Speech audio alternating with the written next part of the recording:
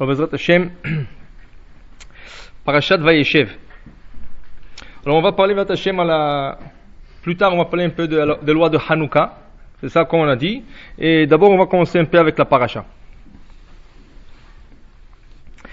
Alors, dans la parasha, c'est l'histoire de Yosef qui fait ses rêves et que ses frères n'acceptent pas. Et à la fin, on connaît la fin de l'histoire, que les frères vont le prendre, ils vont le vendre. Et là, ça va commencer toutes des séries de parachutes. Yosef qui était en Égypte, il est devenu le second du roi, les frères vont descendre, et ainsi de suite de l'histoire. Il y a, dans notre parasha Vayeshev, il y a une petite parenthèse que la Torah ouvre. Après la vente de Yosef, celui qui l'a vendu, en vérité, c'était son frère Yehuda. Yehuda, c'est lui qui a donné le conseil de le vendre. Et pourquoi il a dit? Parce que Yehuda a vu que le frère veut le tuer. Alors il a dit, au lieu de le tuer, c'est mieux de le vendre. Parce que si on le tue, il n'y a plus de retour. Mais si on le vend, on pourra peut-être un jour le récupérer. À cause que c'est lui qui a donné le conseil et c'est lui qui l'a vendu, dans ce cas, la Torah ouvre une parenthèse avec une petite histoire qui se passe avec Yehuda. Yehuda, il a 3 enfants. Onan et Shelah. Et voilà que l'aîné de Yehuda, il se marie avec une femme qui s'appelle Tamar. Et voilà qu'il fait des choses qui ne sont pas acceptables. Et Hachem, pour ces raisons-là, il a enlevé de ce monde. Et là, il y a une mitzvah que le frère se marie avec la Tamar. Alors le deuxième frère, Onan, il se marie avec Tamar, mais lui, il refait le même faute qu'a fait son frère. Et dans ce cas, Akadosh Baruch Hu l'enlève aussi de ce monde, et il reste le troisième frère qui est Onan. Puisque la femme a été déjà mariée 2 fois, et malheureusement 2 de ses maris sont décédés, alors Yehuda n'avait pas l'intention de marier la Tamar avec son troisième fils, qui est Shelah. Alors il lui a donné une excuse. Il lui a dit, écoute, il est jeune, il est trop jeune pour se marier, alors tu vas attendre. Alors elle est rentrée chez elle, chez ses parents, elle attendait. Dit la Torah, et voilà qu'elle voit que Shelah est déjà dans l'âge de se marier, et personne lui parle de ça. Ça veut dire qu'elle a compris que Yehuda n'a pas l'intention de lui donner à se marier avec Shelah. Qu'est-ce qu'elle fait?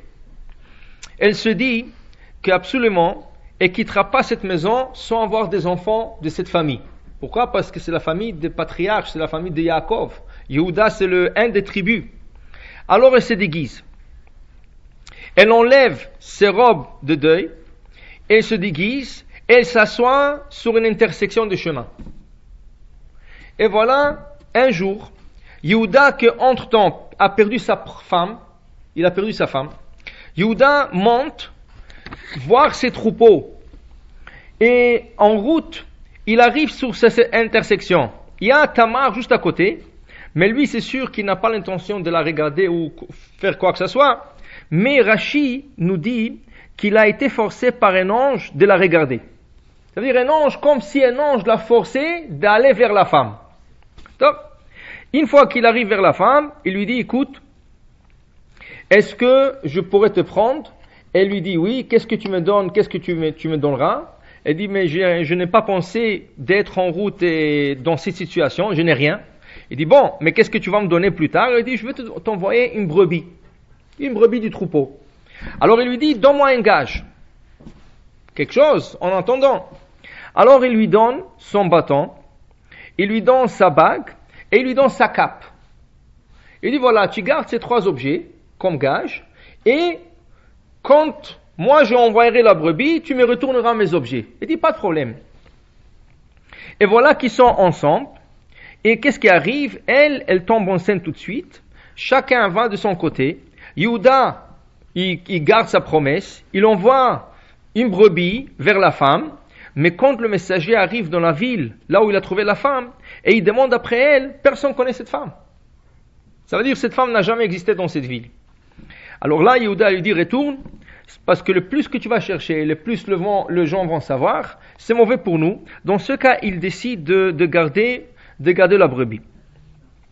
Qu'est-ce qui arrive? 3 mois plus tard, dit la Torah. Vayugad Yehuda les morts, Zanta Tamar Kalatecha, on dit à Yehuda, Tamar a commis un acte de débauche. Pourquoi? Elle est enceinte. Normalement, il ne devrait pas être avec un autre homme tant qu'elle ne s'est pas mariée avec Sheila. Alors, on lui dit, voilà, elle a commis tel acte, qu'est-ce qu'on fait? Vayomer Yehuda, dit Yehuda, Otsioua vetisaref. Il faut la faire sortir et il faut la tuer, il faut la brûler. C'est ça? Himutzet, on est en train de la sortir. Vishalcha, El Chamia les morts, elle envoie un message à son beau-père. La ish, asher elelo anochiara. Voilà, l'homme à qui appartiennent ces 3 objets, c'est lui, le père de ces enfants que je porte. Ok? Alors elle lui montre le bâton, elle lui montre la bague, elle lui montre la cape. Qu'est-ce qu'il fait Yehuda? Yehuda devant tout le monde, Vayomer, dit Yehuda tzadka, elle a raison. Mimeni, c'est moi le responsable, c'est moi le père de ses enfants. Alken, qui alken onatati alishela, béni parce que tout ça s'est arrivé parce que je lui ai pas proposé à se marier avec Sheila mon fils. Velo yasaf od la data, et voilà, elle a accouché des jumeaux. Un qui s'appelait Peretz, l'autre qui s'appelait Zerach. Donc, ça c'est l'histoire. C'est comme Rashi explique, ça c'était comme une petite parenthèse. Ça n'a rien à voir apparemment avec l'histoire de Yosef, parce que toute la paracha elle parle de Yosef. La paracha parle de Yosef, ses rêves, la résolution de rêves, le père qui lui dit attention avec tes rêves, Yosef qui est vendu en Égypte, Yosef qui se trouve chez Potiphar. Toute l'histoire c'est Yosef. Et tout d'un coup, dans le milieu d'une paracha, il y a une petite histoire qui est avec Yehuda. C'est ça? La Gemara dit que ici, nous avons un grand enseignement. C'est quoi le grand enseignement? Qu'il faut d'abord comprendre l'enseignement. La Gemara dit, voilà, Tamar aurait pu faire honte à son beau-père en lui disant, tu as décrété la mort sur moi, mais c'est toi le père.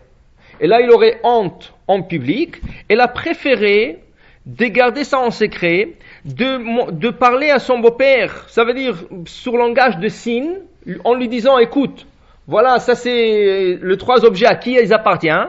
S'il avoue, il avoue. S'il avoue pas, elle a préféré de se faire brûler, tuer, et de ne pas dévoiler que son beau-père a fait, c'est lui qui est responsable de cet acte. De là, la Gemara dit, on apprend, il vaut mieux se faire jeter dans une fourneuse ardente que de faire rougir ou honte à quelqu'un en public. Ok? Parce que elle voulait pas lui faire honte en public en lui disant, écoute, c'est toi le responsable. C'est ça? Et elle aurait tout le droit de le faire. Elle aurait eu raison. Donc, ce petit passage, il demande beaucoup d'explications. Tout d'abord, des explications peut-être techniques si vous voulez. Rien que pour expliquer qu'est-ce qui se passe ici. Pour que vous compreniez, Yehuda, c'est le 4e fils de Jacob, Yaakov. Il fait partie d'un des tribus. Ok? C'est lui que, de lui sortira la lignée de rois. D'ailleurs, les 2 enfants qu'elle a donné naissance, Zerach ou Peretz, 2 vont sortir la lignée de David, Shlomo Amelech, et Mashiach aussi sortira de cette lignée. Ça veut dire que c'est un grand homme, et il faut comprendre comment ça se fait qu'il se trouve dans une situation où il rencontre une femme. Alors on a expliqué que c'est l'ange qui l'a poussé à le faire. C'est sûr pour avoir ces 2 enfants, mais vis-à-vis de la Torah, comment ça marche? Il s'est pas marié avec elle. Il lui a rien promis une paye, si vous voulez. C'est ça? Alors le Ramban, le Nachmani, il explique cette histoire. Il explique que tout ça, n'oubliez pas que nous parlons avant le don de la Torah. La Torah n'est pas encore donnée. La Torah va être donnée beaucoup plus tard. Dans ce cas, avant le don de la Torah, il était permis qu'un homme soit avec une femme en lui promettant une certaine somme d'argent. C'est ça? C'est pas Chadsham constitué, si vous voulez, la prostitution. C'est un acte permis selon la Torah avant que la Torah soit donnée. Une fois que la Torah est donnée, la Torah exige que un homme ne peut pas être avec une femme sans avoir une ketouba. Même un couple marié, on va dire ils sont mariés 10 ans, 20 ans, 30 ans, le jour qu'il perd la ketouba, il s'est écrit que le mari a l'obligation de faire une de 2 choses, le plus vite possible, le jour même. Le jour que la femme lui dit, écoute, je n'arrive pas à trouver notre ketouba, notre acte de mariage, et ça c'est notre contrat de mariage, le mari est obligé tout de suite de lui donner un gage, ça veut dire quelque chose de valeur, pour lui dire, écoute, tu le gardes jusqu'à je vais t'écrire une nouvelle ketouba, et il a l'obligation d'aller voir un rabbin pour qu'il lui écrit la ketouba le plus vite possible. Chaque jour qui passe, c'est comme un péché pour eux. C'est ça? Un homme et une femme n'ont pas le droit de rester sans ketouba, sans contrat de mariage. Et là, cette histoire qu'il y a devant nous ici dans la Torah, c'est avant le don de la Torah, où la Torah a obligé qu'il y aura ce qu'on appelle le contrat du mariage. Maintenant, il faut comprendre aussi l'enseignement de la Gemara. La Gemara dit, il vaut mieux de se jeter dans le feu et de ne pas faire honte à quelqu'un en public. D'abord, d'où est-ce qu'on voit ça? D'où est-ce qu'on voit ça de la Torah? On aurait pu étudier ce passage d'une autre manière. La manière est la suivante. Elle est enceinte. Lui qui décrète sur elle qu'elle doit se faire brûler, c'est ça? Alors elle envoie un message en lui disant, écoute, le responsable, c'est celui à qui appartiennent les trois objets. La bague, la cape et le bâton. Oui? Maintenant, si lui, on aurait dit, si lui serait têtu, il aurait dit non, je connais pas. Moi, je connais pas. On sait pas. Il y a beaucoup de bagues, il y a beaucoup. Peut-être elle aurait dévoilé. Elle aurait dit non, tu veux pas admettre, alors je vais le dire à tout le monde, c'est toi. On ne sait pas qu'est-ce qu'il serait passé s'il n'aurait pas admis lui. Alors comment on peut dire un enseignement? Comment on peut dire il vaut mieux se jeter dans le feu, c'est ça, que de faire rougir quelqu'un en public. Mais on ne sait pas s'il serait jeté dans le feu. Pour le moment, il a admis. Mais s'il n'aurait pas admis, si la Torah aurait dit, il n'a pas admis, et là il s'est tué elle, alors on aurait compris l'enseignement. Mais la Torah ne dit pas. La Torah dit, à qui appartiennent ces trois choses? Et lui tout de suite, il a admis. Alors, comment on peut comprendre l'enseignement de la Torah à partir de ce passage? Alors, il y a un commentaire en arrière des livres de Talmud. Il s'appelle le Maharam Shif. Et le Maharam Shif, il dit, regardez bien le texte. Le texte, il dit, Vayomer Yehuda. Et Yehuda dit, Otsioua v'tisaref. Il faut la faire sortir pour la faire brûler. La Torah dit, Hi mutzet. Elle était déjà sortie, la femme. Elle est en route pour se faire brûler. C'est ça?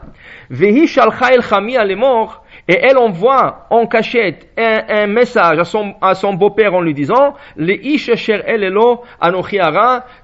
C'est à l'homme à qui appartiennent ces trois objets, c'est pour lui que c'est à cause de, ou c'est pour lui que je suis enceinte. Dit le Maharam Shif, hi mutzet. Elle était déjà en route pour se faire brûler. Ça veut dire qu'on comprend qu'elle a accepté. Elle est sortie déjà. S'il aurait voulu contester, il l'aurait fait depuis le départ. Le fait qu'elle laisse jusqu'à la fin, jusqu'à la dernière minute, où elle est devant la porte pour se faire brûler, ça on comprend qu'elle l'aurait pas fait. En plus de ça, si quelqu'un possède une preuve contre quelqu'un, est-ce qu'il va lui remettre la preuve entre ses mains? Il l'aurait pas remis, il l'aurait gardé. Pourquoi c'est écrit dans la Torah, Hi mutzet vi shalcha lechamia? Elle a envoyé à son beau-père les trois objets. Non, il fallait qu'elle le garde. Et il dit à tout le monde, écoutez, c'est lui à qui appartiennent les trois objets, c'est lui responsable. Et si lui, il n'aurait pas admis, c'est là qu'il aurait dit à tout le monde, regardez, vérifiez, et vous allez voir comment les objets lui appartiennent. Qu'est-ce qu'elle fait? Elle remet les objets à Yehuda. Et il dit, si tu veux admettre, c'est bon, si tu ne veux pas admettre, c'est aussi bon. Ça veut dire qu'elle est déjà en route pour se faire brûler. Elle est en train d'envoyer ses preuves pour dire que moi je n'ai rien contre toi. Voilà, tu peux garder tes preuves, tu peux faire qu'est-ce que tu veux. Je ne tiens rien contre toi. Et là, c'est là que Yehuda, et tout de suite, il a accepté, il a admis. Pour savoir comment il était difficile pour Yehuda d'admettre, dit le Midrash, qui était à côté de Yehuda au moment que tout ça se passe, non autre que son père, Yaakov, non autre que son grand-père, Yitzhak, qui vivait encore. Yitzhak était encore vivant. Ça veut dire que juste à côté de lui, il y a son père, il y a son grand-père, Yitzhak, c'est ça? Et tout le Dayanim, tout le juge, et beaucoup de gens, parce que c'était comme une peine capitale, alors beaucoup de gens sont venus pour être spectateurs à ce qui va arriver à la Tamar, la belle-fille de Yehuda. Et malgré tout ça, Yehuda doit prendre les forces devant tout le monde. Et qu'est-ce qu'il dit devant tout le monde? Tzadka. Il a raison. Mimeni, c'est moi le responsable. C'est à cause de moi que toute cette situation est arrivée. Dit le Midrash, combien de force a dû prendre Yehuda pour admettre telle chose en public? Il aurait pu l'appeler de côté et après, mais il a préféré que ça soit publié à tout le monde, qu'il n'a pas honte de dire que c'est lui responsable, et après il a envoyé la femme, ou il a repris la femme de version chez Rashi, et c'est d'elle qui vont sortir deux grands bébés qui vont porter toute la dynastie de rois. Maintenant, on va voir qu'est-ce qui a gagné Yehuda avec cela. Vous allez voir que l'acte qui a fait Yehuda, c'est sûr que l'enseignement est là de Tamar. C'est Tamar que grâce à elle on apprend un grand enseignement. Ils vont mieux se jeter dans le feu que de faire honte à quelqu'un. Mais vous allez voir, qu'est-ce qui a gagné Yehuda dans cette histoire? Alors voilà. Tout d'abord, le Midrash dit qu'une des récompenses, c'est que tous les Juifs vont être appelés d'après Yehuda. Normalement, dans toute la Torah, nous sommes appelés Bnei Israël, les enfants d'Israël. Partout, nous sommes appelés des enfants d'Israël. Mais le Midrash dit, parce que Yehuda a fait ce qu'il a fait, les enfants d'Israël ne vont pas appeler rien que les enfants d'Israël, ils vont être appelés Yehudim à cause du mot Yehuda. Et Yehuda vient du mot admettre, le hodot, admettre. C'est ça? Alors, le fait qu'il a admis, tout le peuple d'Israël va être appelé après lui. Donc, ça c'est une récompense. Mais on va voir ce soir la plus grande récompense que Yehuda a pu avoir. Alors regardez, dans la paracha, on a dit que, et vous allez voir comment ça se connecte avec la paracha. Dans la paracha, il y a l'histoire de Yosef.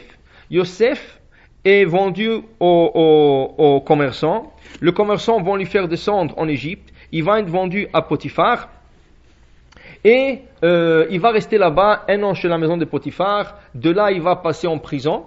C'est ça, 12 ans, c'est ça. Et après, il y aura l'histoire le Paro, il fera son rêve. C'est une paracha plus tard, parachat Miketz. Paro fera son rêve. Yosef va être appelé pour résoudre le rêve de Paro. Et là, il devient le second du roi. Donc, le frère, entre-temps, il y a une famine. Le frère descend en Égypte pour acheter de la récolte. Ce qui arrive, la première fois qu'il descend, Yosef reconnaît ses frères et il leur traite comme des espions. Donc, il le garde 3 jours en prison. Le 3e jour, il relâche, mais il garde Shimon. Il garde un des frères comme garantie. Pourquoi? Parce qu'ils lui ont dit qu'ils ont un autre frère à la maison qui s'appelle Benjamin, Binyamin. Alors il a dit, tant que je ne vois pas Binyamin, je ne peux pas vous lâcher. Alors, vous allez emmener la récolte chez vous comme c'était une année de famine, mais je garderai Shimon. Ils arrivent à la maison, ils racontent à Yaakov tout ce qui lui est arrivé. Yaakov, il est en train de pleurer. Pourquoi? Il dit, c'est déjà Yosef est parti. Maintenant, Shimon, il n'est plus là, il est en prison. Vous voulez prendre Binyamin. Et de Rachel, sa femme, il reste rien. Là, il ne sait pas quoi faire. Il le retient. À un certain moment, il n'y aura plus de manger. Et là, Réhouven s'approche vers son père et il dit, papa, moi je vais te garantir qu'en quoi on va retourner Binyamin. Il dit, c'est quoi la garantie? Il dit, si je n'apporte pas Binyamin, tu vas tuer mes 2 enfants. Il dit, comment? C'est des enfants et c'est pas mes enfants. Quelle sagesse de dire tu vas tuer 2 enfants parce que tu vas pas retourner Binyamin. Il dit, je te crois pas, laisse-le de côté. Après, Yehuda intervient. Et Yehuda, il dit, papa, laisse Binyamin avec moi, je te garantis, si j'amène pas Binyamin, si je retourne pas Binyamin, tu me mettras en quarantaine dans ce monde-ci et dans l'autre monde, que je pourrai pas te voir dans l'autre monde.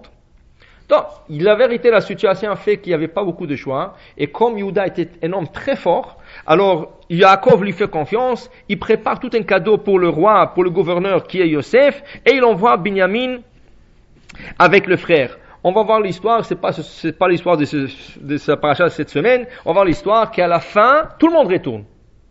Tout le monde retourne, tous les frères se rencontrent, incluant Yosef, qui se dévoile à ses frères. Yaakov va descendre en Égypte, ça, il va vivre là-bas 22 ans, et après il va décéder, et toute l'histoire s'est bien terminée.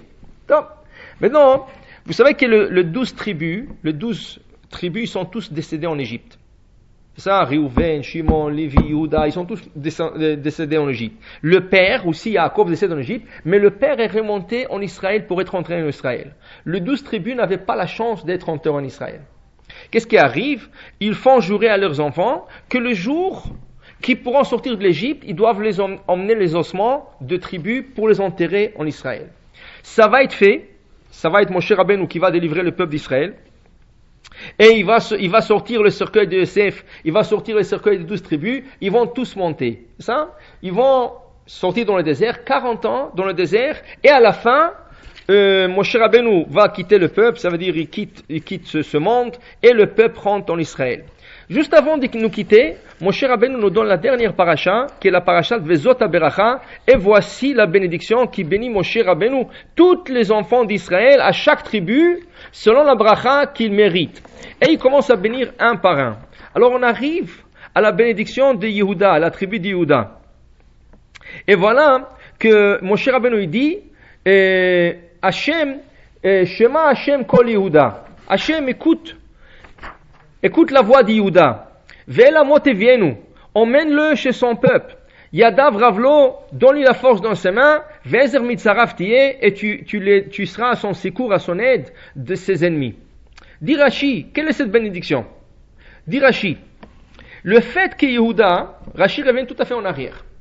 Le fait que Yehuda se portait garant pour son frère Benjamin, et il a dit à son père, si je ne retournerai pas, tu mettras en quarantaine et tu ne me parleras pas dans ce monde et pas dans l'autre monde, même si c'était conditionnel, c'était en condition. Et à la fin, la condition s'est accomplie. Il a retourné Benjamin, il a retourné même Yosef, il a retourné même Shimon qui était en prison, il les a tous retournés. Dit Rashi, le tzaddik est pris toujours sur sa parole, même s'il est conditionnel. Dans ce cas, après le décès de Yehuda, et durant tout le 40 ans qu'ils étaient dans le désert, ces ossements n'arrivaient pas à trouver le repos dans le cercueil. Qui veut dire que du cercueil de Yehuda, on entendait des bruits, ces os s'est cogné dans le cercueil. Ça veut dire, dans tout le cercueil, on entendait des bruits. Les os ne trouvaient pas un repos. Et s'est cogné dans le mur du cercueil. Ça, 40 ans comme ça. Juste avant de décéder, Moshe Rabbeinu, il prie pour Yehuda. Il dit, Shema Hashem kol Yehuda. Il dit, Hashem, écoute la voix de Yehuda. Qui veut dire, ce qu'il a promis à son père, c'était conditionnel, et il a accompli. Alors Hashem, écoute-le et laisse-le se reposer. Bon, la Gemara dit que la prière de Moshe, cette prière a servi que les ossements, on a entendu se reposer et se cognaient plus dans le tombeau. Mais là, il y avait un autre problème. Même s'il reposait maintenant dans ce monde, on ne le rentrait pas dans l'autre monde. Ça veut dire on ne laissait pas l'accès à Gan Eden. Alors Moshe il prie, Ve'el amo tevienu, apporte-le chez son peuple. Ça veut dire laisse-lui rentrer à Gan Eden. Laisse-lui rentrer en Gan Eden. Ça a servi, dit Rashi. Il est rentré à Gan Eden. Quand il est rentré à Gan Eden, il n'arrivait pas à comprendre qu'est-ce qu'ils font là-bas. Ça veut dire qu'est-ce qu'on fait à Gan Eden? Qu'est-ce qu'on fait à Gan Eden? Que étudier. Il n'y a ni manger, ni boire, ni se promener, ni rien. On s'assoit, on étudie toute la journée la Torah. Et là-bas, le temps est éternel. Ça veut dire qu'il n'y a pas 24 heures. Il n'y a pas la notion du temps n'existe pas. Comme la notion de la faim ou la notion de soif n'existe pas, aussi la notion de temps n'existe pas. Les gens s'assoient, tout le rabbin, tout le gens, ils s'assoient et ils te disent. Mais Yehuda n'arrivait pas à comprendre du tout qu'est-ce qu'il parle. C'était comme du chinois. Il n'arrivait rien à comprendre. Alors Moshe prie pour lui. Hachem, tu lui as laissé reposer ses os. Tu lui as laissé déjà accéder à Gan Eden. S'il vous plaît Hachem, ve'lamo tevienu. Laisse-lui rentrer dans une yeshiva qu'il puisse comprendre qu'est-ce qu'ils sont en train d'étudier. Et ça a été accepté. Mais une fois qu'il est rentré, dit Rashi, c'est pas la fin. Pourquoi? Parce que chaque fois qu'il apportait des arguments, on ne les acceptait pas. Lui, il participait dans les cours, parce que là-bas, les gens ils participent, ils posent des questions, ils donnent leur avis. Et chaque fois qu'il donnait des propositions, des explications, des commentaires, personne ne les acceptait. Et là, Moshe Rabbeinu prie une autre fois, Ve'ezer mitzarav tiye, tout celui qui est contre lui, ça veut dire dans le tribunal céleste, dans la yeshiva céleste, Hachem aide-le pour que ses paroles puissent être acceptées. Et même cette prière a servi pour pour Yehuda, et à la fin il a trouvé un repos complet et dans ce monde pour ses ossements, et accéder à Gan Eden, et pouvoir comprendre, et pouvoir que ses paroles soient acceptées dans notre monde. Alors, on va comprendre maintenant que tout ce qu'a fait Yehuda, le jour qu'il a accepté, il a admis, il a dit, oui, c'est moi le responsable, je reconnais ma faute. Qu'est-ce qu'il a? C'est pas la récompense que tout le monde va interpréter sur son nom, Yehuda, des Juifs, Yehudim. C'est ça? C'est beaucoup plus que ça. Ça a servi dans notre monde. Pourquoi? Il y a un petit passage dans le Rashi qu'on vient de lire. L'argument qui utilise Moshe Rabbeinu pour lui faire entrer dans pour lui faire reposer les eaux et pour lui rentrer à Gan Eden, Shema Hashem Kol Yehuda. Hashem écoute la voix de Yehuda. Quelle voix? La voix qu'il a dit, Mimeni, Tzadka, elle a raison. C'est elle qui a raison. Et c'est moi le responsable. C'est moi le fautif. C'est elle qui a raison. Quand il a dit ça, qui était juste à côté de lui? Son frère. Quel frère? Réhouven.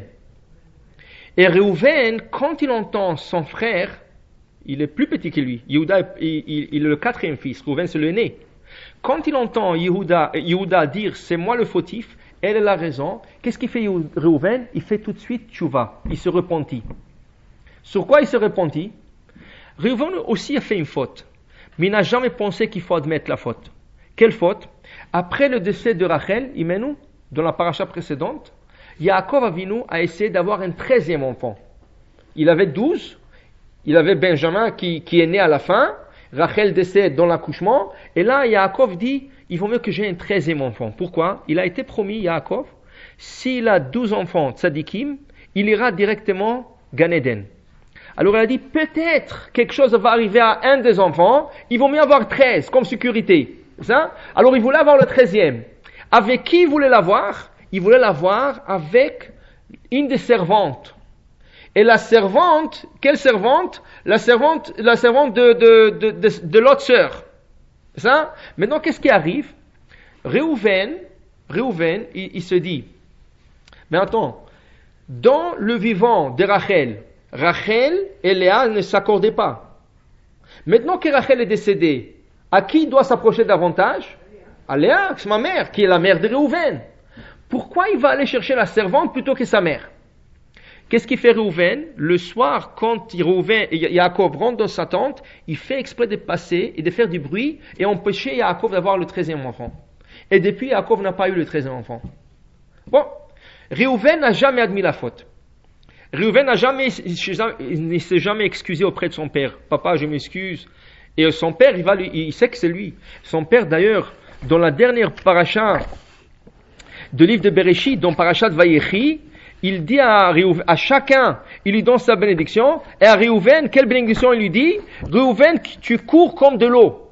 Comme l'eau court vite et ne pense pas, ainsi toi tu n'as pas pensé quand tu as fait ce que tu as fait.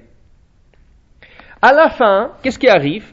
Lui qui n'a jamais demandé pardon à son père, lui qui n'a jamais admis, qui n'a jamais fait tchouva, qui s'est jamais repenti sur l'histoire, quand il voit Yehuda en train d'admettre en public et ne pas avoir honte devant tout le monde, devant son père, devant son grand-père, devant ses frères, devant toute l'assemblée, et il dit Tzadka, c'est elle qui a raison, Mimeni, c'est moi le responsable, c'est moi le fautif. Qu'est-ce qu'il fait Réhouven? Tout de suite, il prend sur lui de faire tchouva. Il prend un sac, il commence à gêner. Et il commence à prier et à pleurer sur sa faute. Dit Moshe Rabbeinu, Shema Hashem Kol Yehuda. Hashem écoute la voix de Yehuda. Quand il a dit, je m'excuse, c'est moi le fautif, qui était à côté de lui? Réhouven. Qu'est-ce qu'il a causé Yehuda par son admission? Il a causé que son frère a fait tchouva. Le fait qu'il a causé à quelqu'un d'autre de faire tchouva, rien que pour ça, il mérite l'autre monde. Et tout de suite, Hashem a accepté de faire rentrer Yehuda dans l'autre monde. Pourquoi? Parce qu'il a fait faire tchouva à quelqu'un d'autre. Comme dit le Rav Chaim Volozhin. Si on est descendu, notre âme est descendue dans ce monde, faire tchouva à une personne, on a fait notre mission sur terre. Ça veut dire, si grâce à nous, il y a une personne dans le monde qui a fait tchouva, on a accompli notre mission. C'est sûr que la mission peut être plus vaste, plus grande, mais le minimum qu'on peut faire dans ce monde, c'est retourner une personne du tchouva. Ça peut être n'importe qui, ça peut être un de la famille, ça peut être un proche, ça peut être quelqu'un de loin, mais des fois, on réalise même pas, par nos actions, on peut causer que quelqu'un fasse tchouva sans qu'on le sache. Sans qu'on le sache. on peut causer à quelqu'un. Et voilà Yehuda, qui savait même pas. Yehuda savait pas. Il y avait son frère à côté, mais il savait pas que le fait qu'il va admettre va causer à son frère de faire teshuva. Et c'est ça qui lui a permis plus tard de rentrer dans le Gan Eden, de participer dans les cours et aussi que ses paroles soient acceptées et qu'il se trouve son repos même dans ce monde. Pour dire, regardez, le fait d'admettre, on ne peut jamais perdre. C'est ça? C'est sûr que ça dépend aussi de la situation. C'est ça? Mais voilà, que Yehuda avait tout à gagner. Le fait qu'il a admis en public comme ça, il a tout gagné. Alors voilà un petit enseignement d'un petit passage qui est apparemment hors sujet. C'est ça? Mais tout ça, c'est connecté à Yosef. Pourquoi? Parce que toute l'histoire de Yehuda, c'est à la fin avec Yosef, avec ses frères, avec Binyamin, avec toute l'histoire, et que le fait qu'il a admis, c'est ça qui lui a permis d'accéder à Gan Eden plus tard. Donc, alors ça c'est pour la paracha. Si vous avez des questions,